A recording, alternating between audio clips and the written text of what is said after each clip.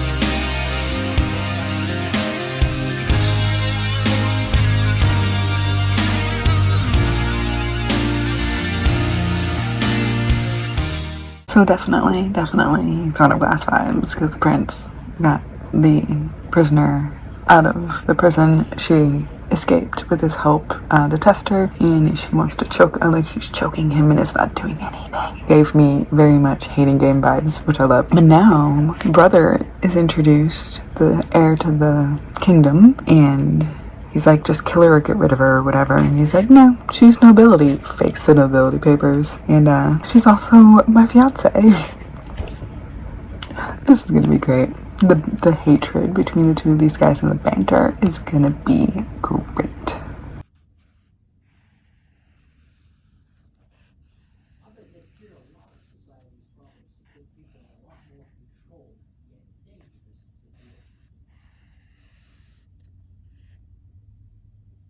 So this is giving like Harry Potter. Oh, what was that other? Obviously Throne of Glass. I mentioned that already. Not Hunger Games, but something similar to that. Well, Fourth Wing, the initiation, in where like you realistically can have some shit happen to you. Like this is giving a lot of my favorite fantasy vibes. I mean, Throne of Glass, unfortunately, not one of my favorites, but I liked the concept, and the concept is in here, and I'm pretty excited about where this is going. So, yeah, her giving away her future love was brilliant for the plot of this, because obviously, fake dating, they're gonna fall in love. Who's to say that your true love, your fated love, doesn't mean you can't enjoy the love you end up with, you know what I mean? So, this will be interesting. I'm excited.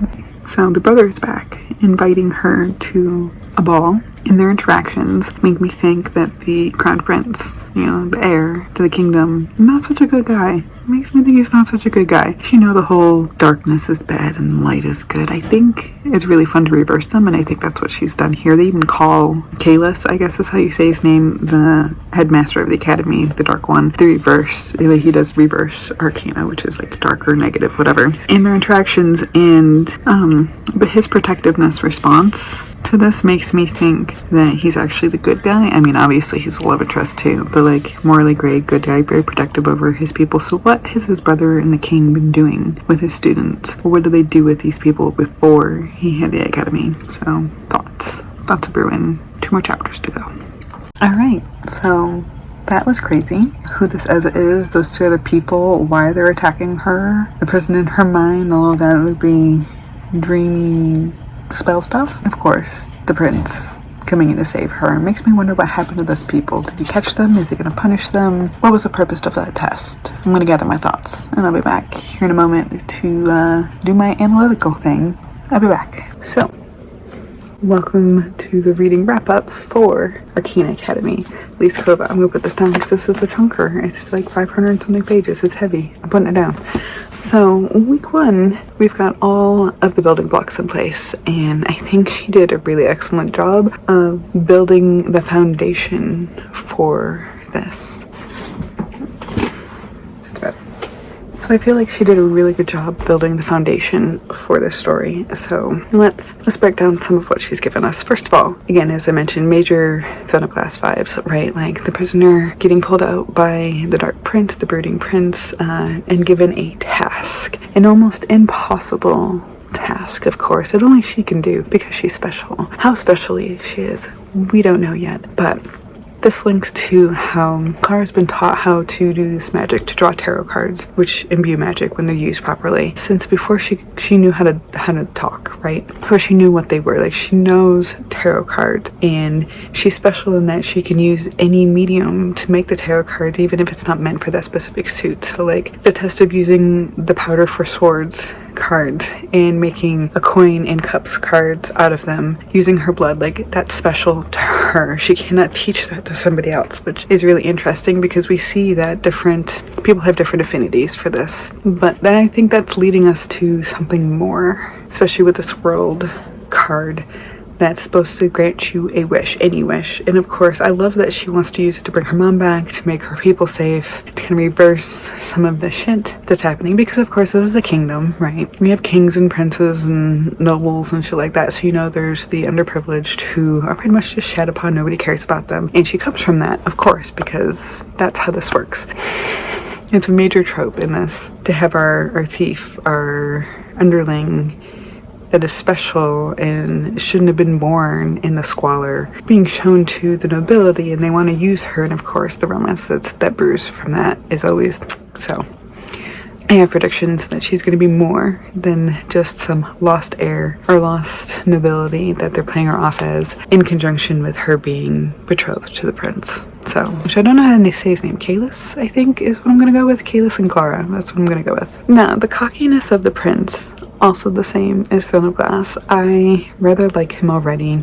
He's not being, I mean, he is being overbearing. He's being all the things that we expect from a prince that swoops in and wants to use a young lady who's in prison. Like, we get those vibes. But I also automatically have a feeling that he's not as bad as she might want us to think of first. Like, I've got plenty of inklings that he wants to protect the people in his academy. He wants to protect his people in general. He doesn't trust his family to do so. Something about him and his brother Raven that is just not, they're not driving together. What is going on with that prince? Like, the heir to the throne being depicted in full white, Kalis being depicted in pure black, that dichotomy that we often think of, that's taught a lot in rhetorical studies, which is something I used to teach. I used to study. It's one of my degrees is in, by the way, is the concept that, you know, white, light, good, black, dark, evil, like that. Those are the dichotomies that we usually think of those things. And I like it when they do that reversal, which is what I think she's doing here. The Broody Dark Prince is going to be the savior of at least our main character, but hopefully of the people in general.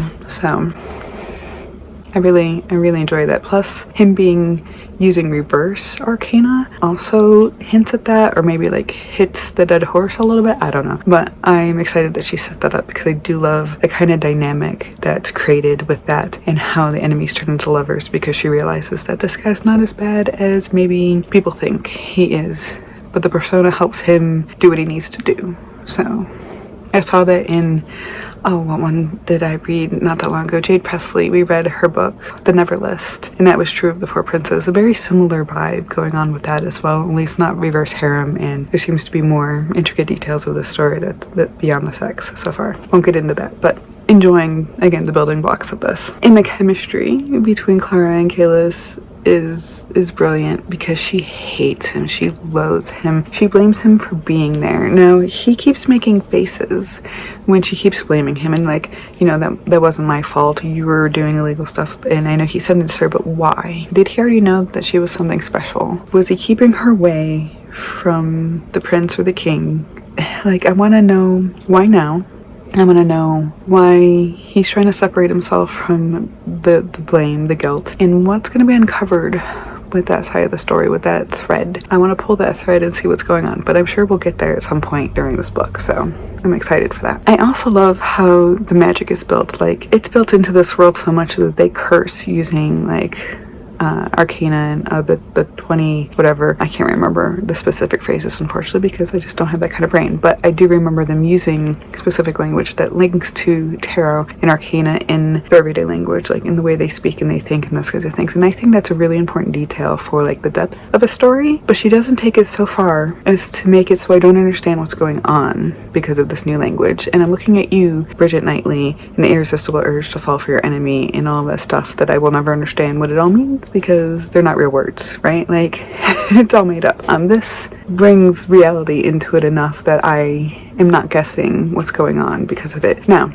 something she does that I find interesting that I don't do as a writer, that I probably don't appreciate enough as a reader, is she really describes setting. I'm the kind of reader that I am imaginative enough that I don't need everything spelled out. Like, if you tell me it's opulent, I don't need to know the colors. I don't need to know how big it is. I don't need to know any of the specific details about what's in the room. Like, give me the basic layout and you call it opulent, I'm gonna know what you're talking about because I have plenty of references for that. But a lot of readers really enjoy the full description of the place, and she does that really well. Like the outfits, the places where she's going, who the people are there, what the situation is. Like, she's got it all down, and I don't dislike it. I just want to say that, but it's not something I find particularly necessary for my reading enjoyment. I'm more of a dialogue action kind of girly, but it is something I noticed, and I'm pretty excited to see what kind of details she's going to give us with that kind of, you know, attention paid, if that makes sense. So we have this potential friend group. She's got 4 people surrounding her right now. Lauren, which I first read Lauren, which I'm completely, but Lauren, who is like the naive,